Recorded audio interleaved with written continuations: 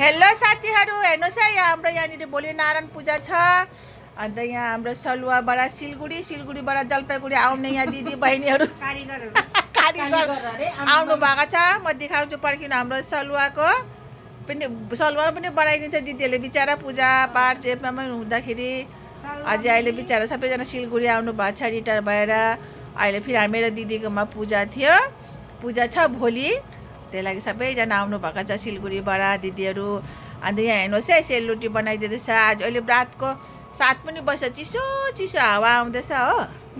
यहाँ हेर्नुहोस् है, आमा यहाँ हेर्नुहोस् है, लु रातो सेलरोटी भोलि प्रसादको लागि। ए हजुर, दिदीले बनाइदिनु हुँदैछ सेलरोटी।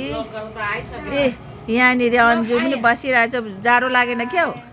यता हेर्नुहोस् है, शिला दिदी सबैजना हेर्नु, सबैजना आउनु भएको छ सेलरोटी हाम्रो यहाँ पूजामा, दिदीको पूजामा। साथीहरू देखो न यहाँ हेर्नुहोस् है, दिदीले यस्तो दामी बनाइदिनु हुन्छ। लु सालुको दिदीको आमाको नाम चाहिँ के हो? सालुको त बिमला। ए साली कमला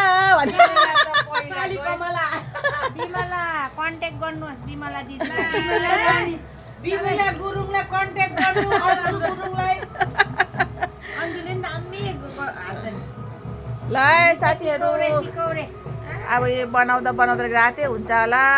टाटा बाई बाई। भोलि नारायण पूजा छ, म तपाईँलाई देखाउँछु नारायण पूजाको, दिदीको नारायण पूजाको दर्शन गराउँछु।